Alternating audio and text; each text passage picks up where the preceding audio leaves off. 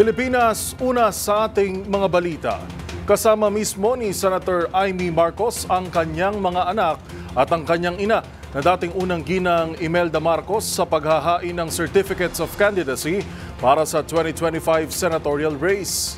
Ito ay matapos siyang umalis sa senatorial lineup ng Alyansa para sa Bagong Pilipinas ng kanyang kapatid na si Pangulong Bongbong Marcos.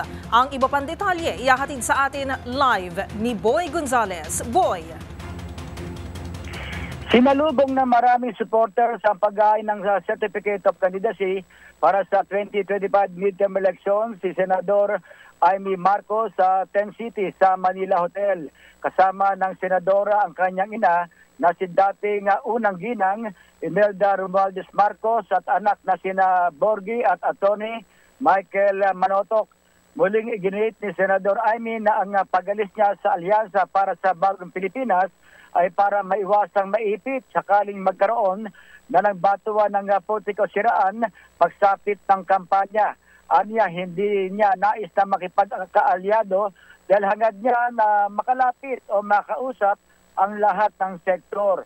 Bukod kay Senador Amy Marcos, naghain na rin ng COC si dating Senate President Tito Soto at si dating Senador Panfilo Ping Lacson. Magugultang tumakbo sa pagkapangulo si Lacson noong 2022 kasama si dating Senate President.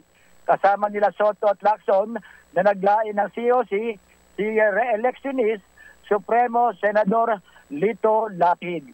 Para sa MBC TV Network News, ito si Boy Gonzales para sa DZRH, una sa Pilipinas, una sa Pilipino. Maraming salamat, Boy Gonzales. Nag-uulat live mula sa 10th City sa Manila Hotel, lungsod ng Maynila.